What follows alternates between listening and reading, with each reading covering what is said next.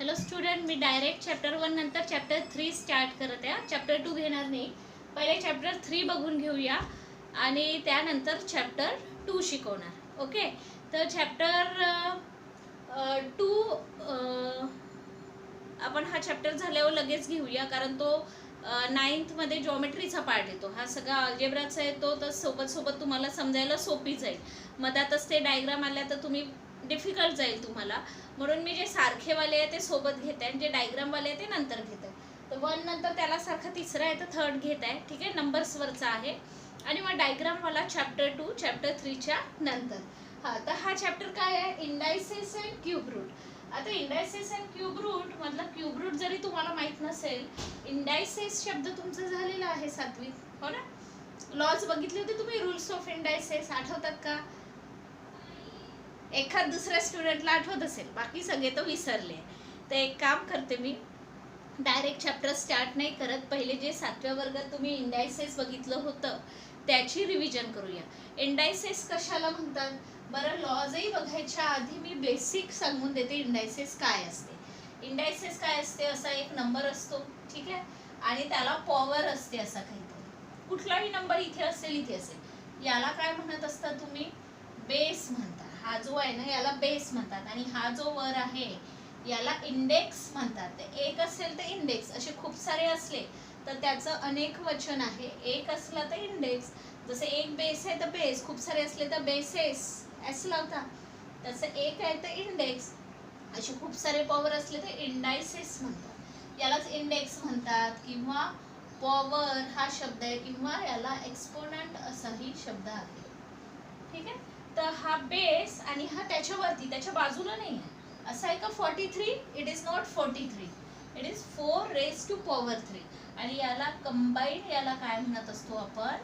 हा झाला बेस, आणि त्याच्यावरती, त्याच्या डोक्यावर हा पॉवर, एक्सपोनंट किंवा इंडेक्स म्हणा. या पूर्ण याला काय म्हणत असतात? Exponential form. एक्सपोनेन्शियल फॉर्म म्हणत असतात, किंवा याचंच दुसरं नाव आहे इंडेक्स फॉर्म. हे तुम्ही 7व्या वर्गात बघितलेलं होतं. याला लिहितात कसं? जसं हा आहे, याला कसं लिहितात? हा जो बेस आहे तो लिहायचा. किती वेळा लिहायचा? 3 आहे तर 3 टाइम्स. समजलं का? हा बेस 3 टाइम्स लिहिता ना, 4 × 4 × 4 असंच लिहिता. 4 चा क्यूब म्हणजे 4 ला 3 वेळा लिहा. मग याचं मल्टिप्लिकेशन करा. किती येते? 4 × 4 16. हा 4 जसाच्या तसा. ठीक आहे ना. या दोघांचं हे 16 × 4 64. तर 4 क्यूबचा आन्सर किती मिळालं? 64. हे बघितलं होतं तुम्ही. त्याच्यानंतर सपोज असं असेल 2 to the power 4. सॉल्व कसं कराल? बेस कोण आहे? बेस म्हणजे हा खालचा. बेस खाली असते ना पाया. बेस 2 आहे, पॉवर किती आहे? 4 आहे. किती पण लिहू शकता. मग 2 ला लिहायचं, बेसला लिहायचं. किती वेळा लिहा? 4 वेळा. 1 2 3 4. का बरं 4 वेळा लिहिलं? का बरं 4 टाइम्स लिहिलं? कारण पॉवर किती आहे? 4 आहे. समजलं? बेसला लिहायचं किती वेळा? जेवढा पॉवर असेल. मग याचं मल्टिप्लिकेशन 2 × 2 4, 2 × 2 4. ठीक आहे, या दोघांचं या दोघांचं असं करायला इझी जातं म्हणून.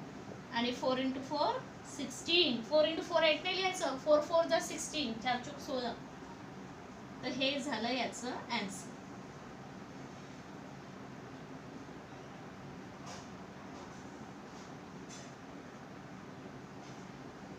ठीक आहे, आणखी काही प्रॉब्लेम्स घेऊया. बेसिक सांगून देते हा इंडायसेस चॅप्टर स्टार्ट करायच्या आधी, हो ना. बेसिक नॉलेज असेल तर तुम्हाला चॅप्टरमध्ये मी काय शिकवत आहे ते समजायला सोपी जाईल. आणि 7वीचं तर विसरायला नाहीच पाहिजे ना, त्याची रिव्हिजन घेत आहे. तर 7वीचा बेस पक्का असेल, 7वीचं तुम्हाला येईल तर 8वीचं इझी जाणार. 8वीचा अभ्यास चांगला कराल तर 9th 10th इझी जाणार तुम्हाला. ठीक आहे, फर्स्ट सेकंड. आता 3rd प्रॉब्लेम. सपोज असं असतं तर 5 चा क्यूब. आता सर्वांना करता आलं पाहिजे. काय सांगितलं? 5 लिहायचा, बेस लिहायचा. किती वेळा लिहाल? यस, 3 वेळा, हो ना. बेस क्यूब आहे तर किती वेळा लिहायचं? 3 वेळा. मग 5 5 25, 5 5 25. हा जसाच्या तसा. आणि याचं मल्टिप्लिकेशन करा. मल्टिप्लिकेशन येतं सर्वांना 125. तर हा झाला 5 चा क्यूब. समजत आहे? हा बेस असतो, हा पॉवर असतो. आणखी काही एक्झाम्पल घेऊया. काय घ्यायचं, 2 3 4 5 घेतला, 6चा स्क्वेअर. कसं कराल, 6ला लिहाल, जो बेस असतो ना त्याला लिहायचं. किती वेळा स्क्वेअर आहे तर 2 वेळा, 6 6 36. हे झालं याचं आन्सर. आणखी एखादी प्रॉब्लेम घेऊया, आणखी कन्सेप्ट क्लिअर होईल तुमचा. कोणाला घ्यायचा 8चा पॉवर घेऊया, किंवा कशाच काय घ्यायचं, 5चा पॉवर घेऊया, सॉरी 1चा पॉवर घेऊ. 1चा पॉवर 6 म्हणजे 1 किती वेळा लिहाल, 1 2 3 4 5 6 लिहिले. बेसला लिहायचं, 1ला लिहायचं किती वेळा, 6 आहे तर 6 टाइम, 1 2 3 4 5 6. तर मल्टिप्लिकेशन किती येते, कोण म्हणतं 6 आहे तर मल्टिप्लिकेशन 6 येतं का, 1 × 1 1 1 × 1 1 1 × 1 1 1 1 1 1 किती वेळा करा, 1 × 1 काय येणार आहे, 1च येणार आहे. 1चा पॉवर 6, आन्सर 6. हे तुम्हाला याच्यावरून लक्षात आलेलं असेल. ठीक आहे, कसं करायचं आहे कॅल्क्युलेशन. 4 क्यूब असेल तर हे झालं व्हॅल्यू फाइंड करणं. ह्याच्यात आपण काय केली आहे, व्हॅल्यू फाइंड केली आहे. जो एक्सपोनेन्शियल फॉर्म असतो त्याच्यात जो खाली असते त्याला बेस म्हणतात, जो वर आहे त्याला हे 3 नावं आहेत, आणि पूर्ण याला एक्सपोनेन्शियल फॉर्म किंवा इंडेक्स फॉर्मची आपण व्हॅल्यू काढली आहे, जसं आपण 7th क्लासमध्ये करायचो. हां, तर हा एक बेसिक कन्सेप्ट झाला जो 7th मध्ये झाला आहे. त्याच्यानंतर नेक्स्ट कन्सेप्ट काय बघितले होते, रूल्स बघितले होते. हां, तुम्हाला हे पण माहिती असो, जर पॉवर हां जसा हा आहे पॉवर 2 असेल तर याला काय म्हणतात, स्क्वेअर म्हणतात.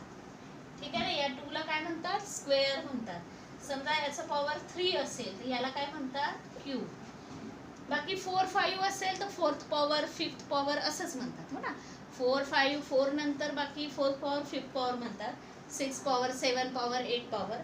फक्त 2ला सेकंड पॉवर नाही म्हणत, 2ला काय म्हणतात, SQUARE स्क्वेअर. हे स्पेलिंग लर्न करावं. 3ला काय म्हणतात, क्यूब. किंवा आणखीन दुसरं, समजा 8चाही पॉवर आहे तर याला काय म्हणाल, स्क्वेअर. याचं पॉवर आहे तर याला काय म्हणाल, क्यूब. हा, स्क्वेअर ऑफ 8 क्यूब ऑफ 9. समजलं. जो पॉवर 2 आहे तर 2 नाही वाचायचं, स्क्वेअर वाचायचा. पॉवर 3 आहे तर याला काय वाचायचा, क्यूब वाचायचा. पॉवर 4th आहे तर मग याला 4th म्हणतात. ठीक आहे ना. पॉवर 4 असेल तर 4th, 5 असेल तर 5th. ते लिहून नाही देत, फक्त एवढं लक्षात ठेवायचं की 2 असेल तर स्क्वेअर, 3 असेल तर क्यूब. स्पेलिंग सहित तुमच्या लक्षात पाहिजे. ठीक आहे, हे झालं बेसिक. नेक्स्ट व्हिडिओमध्ये तुम्हाला लॉज शिकवणार आहे जे ऑलरेडी झाले आहे 7th मध्ये, आणि त्याच्यानंतर जेव्हा 7thचं तुमचं इंडायसेसचं बेसिक पक्क होईल त्यानंतर 8th क्लासचं प्रॅक्टिस सेट घेईल. तर सगळ्यांना समजायला इझीच आहे. ओके.